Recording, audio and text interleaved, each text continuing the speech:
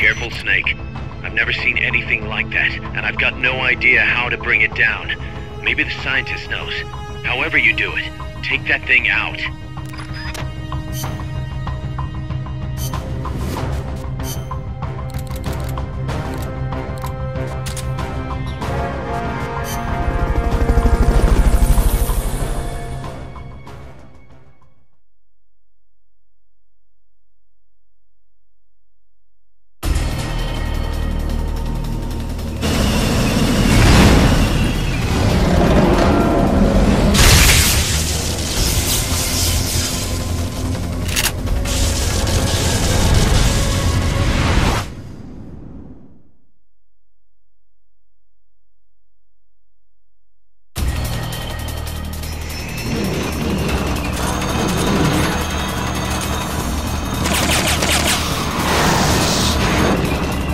An AI weapon, the Pupa. It's fast, so be careful.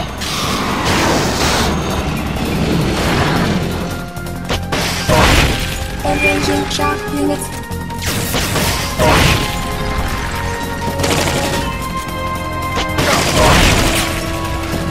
Aim for the cylindrical AI pod.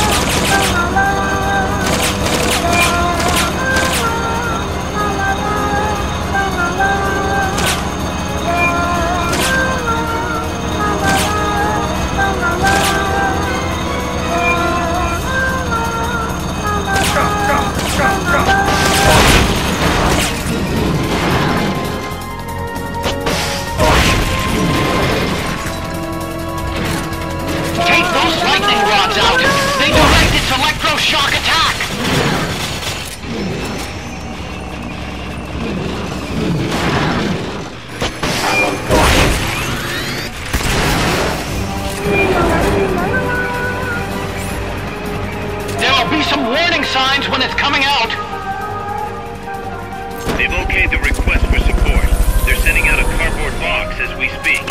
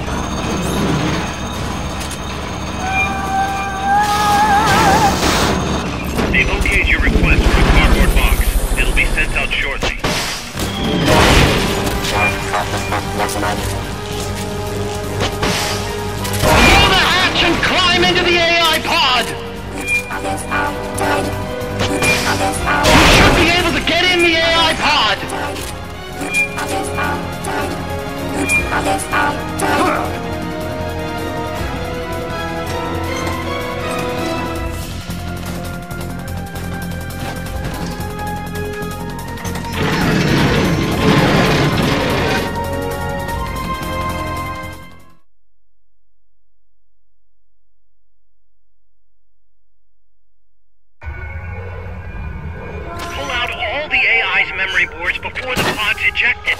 The black memory boards are locked. Go after the boards with icons over them.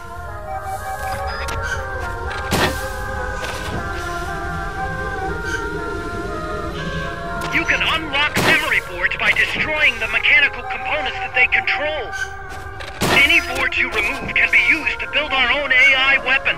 Memory boards have different functions according to the icons displayed over them. Go ahead and take whichever ones you want.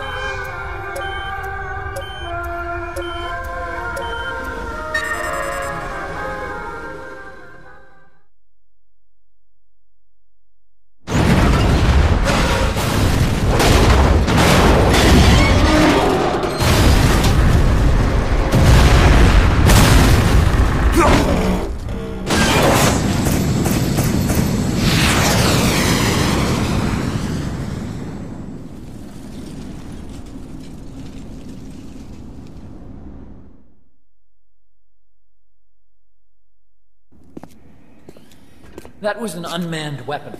A prototype. I made it myself. Who are you? I work here. Well, used to, anyway. Name's Huey.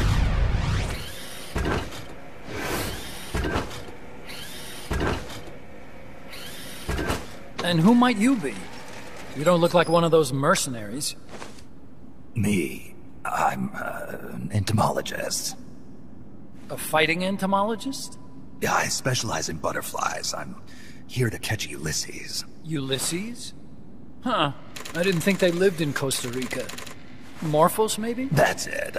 Need to get some before the Washington Treaty goes into effect. Says here Morphos aren't covered under the treaty.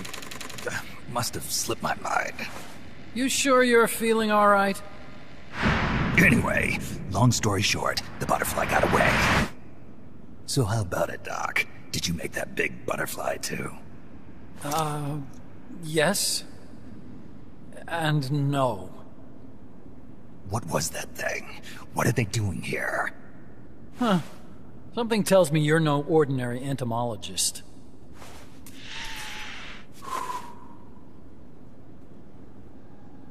The nukes were loaded on that machine. The project's entering its final phase. Project? That's right. The thermonuclear warheads they brought in, the bases scattered throughout Costa Rica, the mercenaries, the AI weapons, the research we were conducting here. It's all for this. We used this facility to develop unmanned weapons. Unmanned? Robots.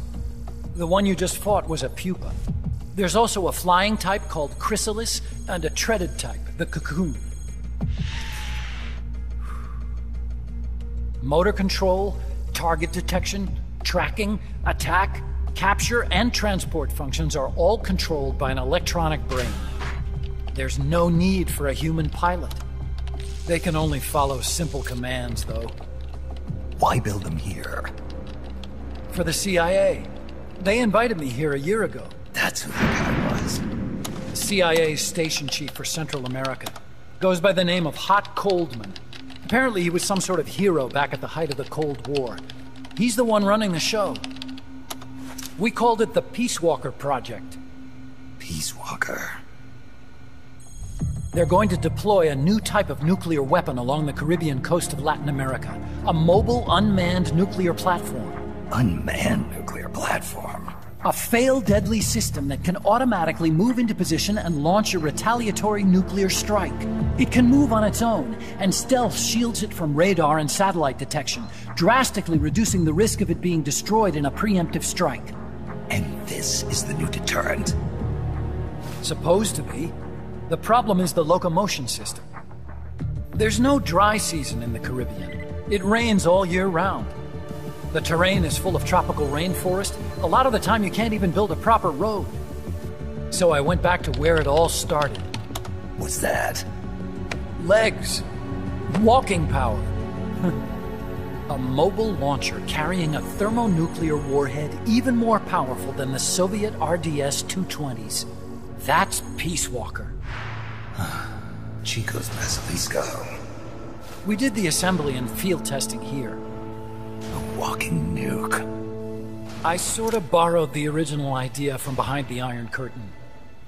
The missing link between infantry and artillery. Metal Gear. Metal Gear. But they'd actually need to deploy dozens of them. Coldman needs funding for that. And to get it, he's planning a test, which will also serve as a demonstration for the folks back at Langley. Wait, he's launching a nuke to prove that his perfect deterrent works? In his words, to prove that if someone attacks us, we will strike back. Put simply, nuclear deterrence is the idea of using nukes to keep nukes in check. If one side launches nuclear weapons, the other is sure to launch theirs in retaliation, which makes launching an act of suicide. In the end, neither side can use its nukes.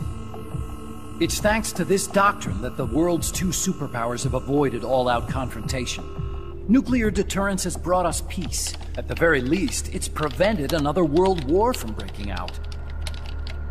But the theory of nuclear deterrence exists only on paper. In reality, there's no guarantee that either side would follow through with retaliation.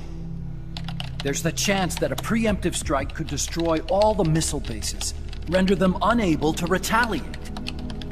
But the biggest flaw in the theory is that the decision to retaliate has to be made by human beings. Let me give you a real-world example.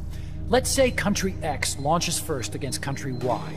If the people in charge of Country Y are like you and me, they're not going to be able to retaliate, knowing that they're effectively ending all human life. So then the weak link in nuclear deterrence theory is the uncertainty of retaliation. Bingo. And that creates a loophole Country X can exploit to launch the first strike. Which is why we designed the system to be unmanned. With Peace Walker, retaliation is certain. It chooses the appropriate target and launches a retaliatory nuclear strike every time, without needing human input to make the call. Launching a nuclear strike against Peace Walker is tantamount to pushing the launch button against yourself. It closes the loophole in nuclear deterrence theory, rendering our friends in Country X completely unable to launch. What Coldman is saying is that to achieve this goal, we need to demonstrate that retaliation will be carried out by a machine. He will launch his nuke. And then his version of deterrence will be complete. And you believe him? I believe in peace through nuclear deterrence. Why? My father worked on the Manhattan Project. He put his whole life into that research. And all it created was this illusion of peace called deterrence. And then I was born, unable to walk. I had no choice but to face up to the nukes. But if they do end up launching, it'll all have been for nothing. They've got to be stopped. Where'd they take the warheads? To a base near the border. The final test is 5 days from now. Where's the base? You're gonna stop them? It's kind of a hike. And besides, there's a surefire way to halt the project. You see, Peace Walker isn't quite finished yet. What do you mean? It's missing one last critical structural component. The AI. Its brain. The reptile pod, the electronic brain I was working on, can only follow commands like, go there, attack that. I guess you could compare it to the human cerebellum. But for nuclear deterrence to work, it must function in place of a human decision maker. It needs something to analyze the huge volumes of data coming in and select an appropriate target for retaliation. Hence, it needs the high-level decision-making ability of a cerebrum. A mechanical cerebrum. The hardware configuration is modeled on the human brain, similar to the pod I worked on, but its role is completely different. Where's it being made? A research lab to the north. An AI expert named Dr. Strangelove is developing it. Very hush-hush. Dr. Strangelove? Strangelove was recruited from the States, too. In the field of AI, there's no one better, that's for sure. But man, what a basket case. She hates everybody.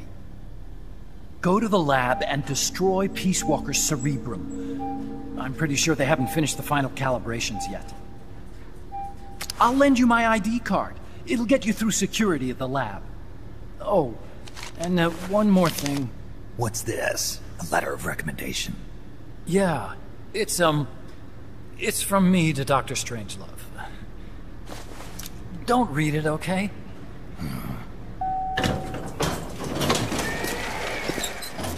So what will you do now? I'm done with science. At this rate, I'm probably already halfway to hell anyway. Not so fast. Why not join us? Our place is outer heaven. You'd fit right in. Outer heaven? Yeah. I'm probably better suited to something like that than this paradise. Good. You get a free balloon trip for signing up. Enjoy it. You'll feel like a butterfly. You're an agent, right? Who do you work for? Me. I was a Cold War tool, same as you. Now I'm not so useful anymore, so they cut me loose. I don't answer to anyone. Call me Snake. Snake? That name seems familiar somehow. It's probably just deja vu. You see that there? Beyond the cloud forest? See those ruins? Yeah. That's where you'll find Dr. Strangelove's lab.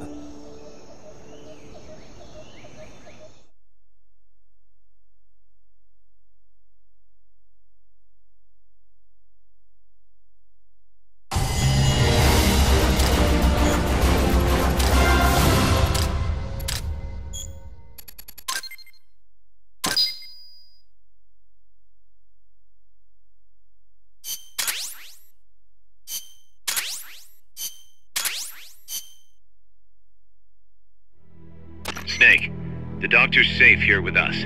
Huey, how are you feeling? Never better. This is quite the pad you've got here, boss. I'm impressed. Call me Snake. Whatever you say. Like it or not, everyone here calls you boss. By the way, if you're at all interested in improving your tech, by all means assign me to the R&D section. I'm pretty sure I'll be of some use.